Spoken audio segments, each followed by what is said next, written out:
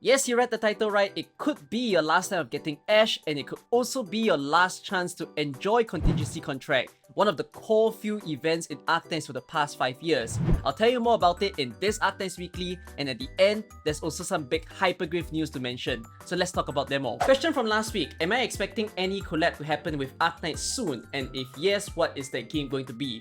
My answer is no. I don't think there's going to be any major collabs to happen. There might be on-site events, as in IRL in-person events that I think can happen in various countries, especially with the fact that Anniversary is coming very soon. I don't know if we might enjoy like a global exclusive collab to happen during Anniversary. It's already 5 years of the game. I think it's a very good timing to make some big strides.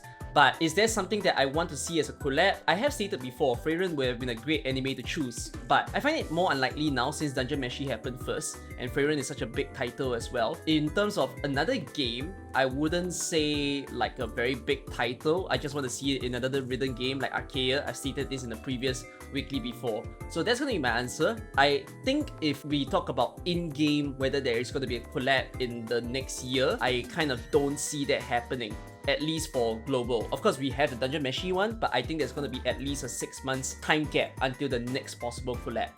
Most likely question of this week will be the question and answer next week. Okay, first, let's talk about the Ash banner. By the time you watch this video, the Ella banner will have already been done, so hopefully you've obtained yourself an Ella. If you haven't, then you'll be praying hard that down the line in many years, you will still see Ella and Ash return, but the likelihood is very low. On the company perspective, knowing that many of the players have already obtained themselves the limited edition Rainbow Six characters, it's so unlikely that they'll do it again because it'll just be dead space if they were to rerun these banners. They might rerun it concurrently with other stuff, there's a way to get around it, but I find that the chance of it is just so low. If it does happen, I'm not expecting a part 3, but I'll be surprised to see Ubisoft still holding onto Hypergryph's hand. In any case though, you already know the concept, so Ash is going to be a special unit that you might not see for a very long time or even ever. If you're trying to get her, know that you have still the very good system of the guarantee.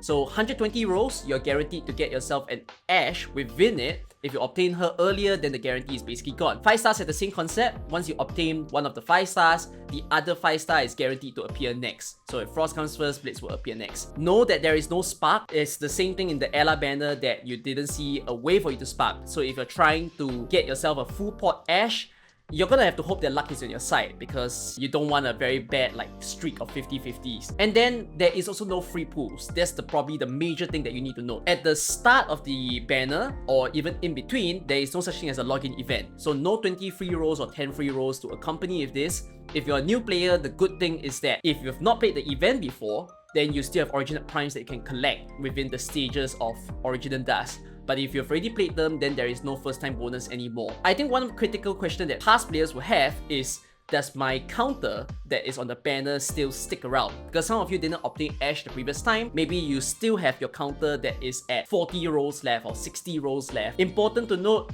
the counter is reset, so you cannot just progress from what you did last time. If you're trying to get an Ash, again, you gotta hope that you get lucky in the early part, or if not, you're going all the way in the 120.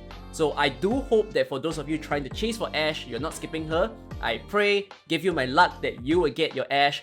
If not, then we just see if a fortunate rerun will happen later on. Even if you don't score yourself an Ash, the Tachanka is still going to be very easy to get, by the way. Just a very fun unit to have and the iconic character of R6S. So he will be free for you to obtain in the store. Just play your stages diligently and you'll be able to get him. Now let's talk about the next CC, which could be the last CC. And this is CC2 Underdawn.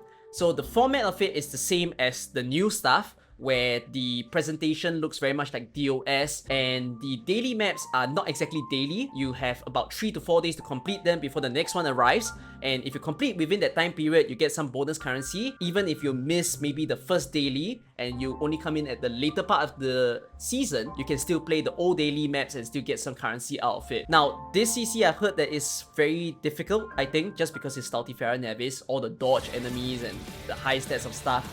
Not gonna have good fun with it. If I see eggs inside, then I'm gonna scream. It's all eggs! It's just eggs!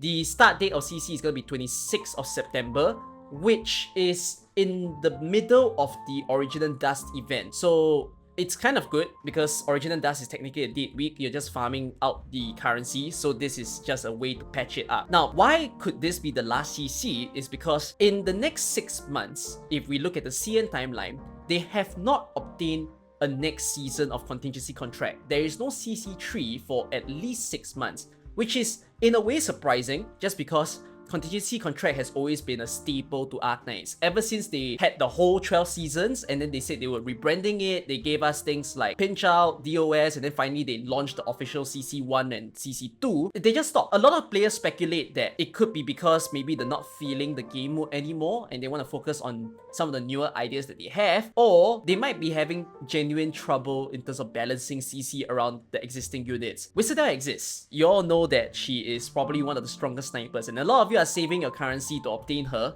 which she's likely going to appear in the end of October. That's going to be after Babel, and that's going to be after chapter 14.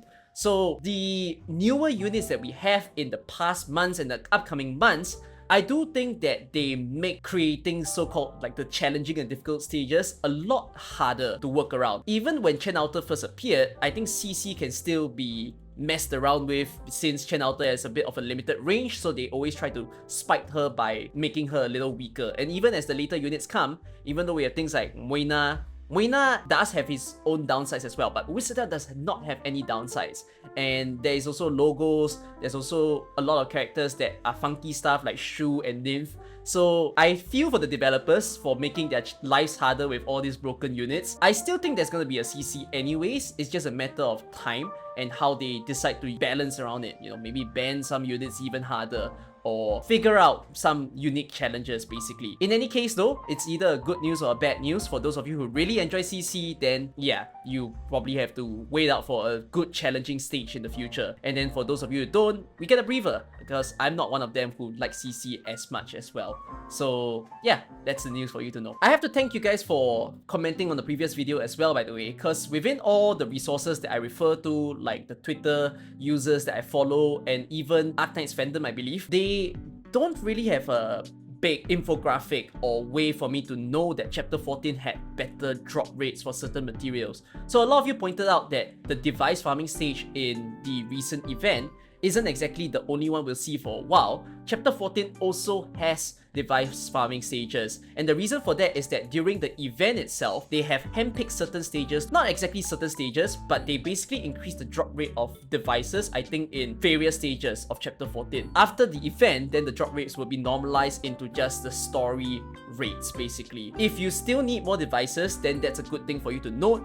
Even if you didn't find out the other materials and you try to focus so hard on devices in Lucent Arrowhead, then for things like Polyester Pack and Incandescent Alloy, they will still come in time. So don't worry that you don't have enough of them, because the events right after chapter 14 will give you them. Apologies that I didn't know about this increased device rate in chapter 14, but that's now for you guys to know as well. Finally, the closing news for Hypergryph. So this is a little bit surprising, but Hypergryph is actually recruiting new undergraduates or postgraduates from universities, not just within China, but even other countries as well. So if you take a look at this Twitter post right here, this is basically posted, I believe, onto their Weibo social media, but then people are sharing it around outside as well. So for those of you in the US, they are visiting the University of Southern California on the October 15th, and then they're going to New York University on October 17th, and they're also coming to Singapore, National University of Singapore, on October 22nd.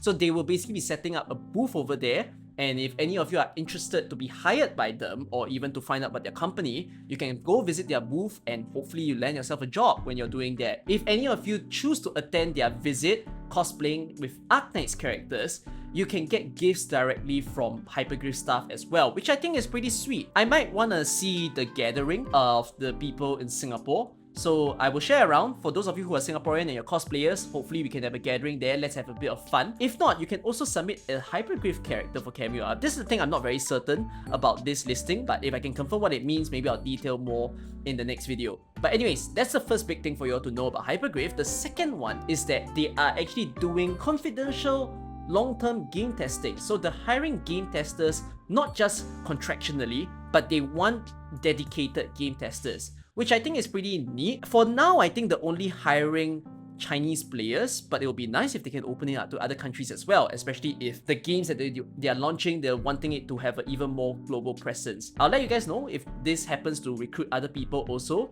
but I think this is a sign that Enfield's coming, or even other projects that they have held in secret. Maybe this is a very good sign of the progress that Hypergryph will make. It's nice to see that they are dedicated to pretty much all their games still. Popocom is probably arriving very soon, and then of course you have Enfield living shown there, and then you have XS Trace, which isn't a forgotten game for them. They still highlight it within their list of games. So these are all the good news from Hypergryph. I'm excited for what's to come for them, and that's also all I have for this Arknights Weekly. Hope you all enjoyed this one. I'll see you in the next one. Bye bye.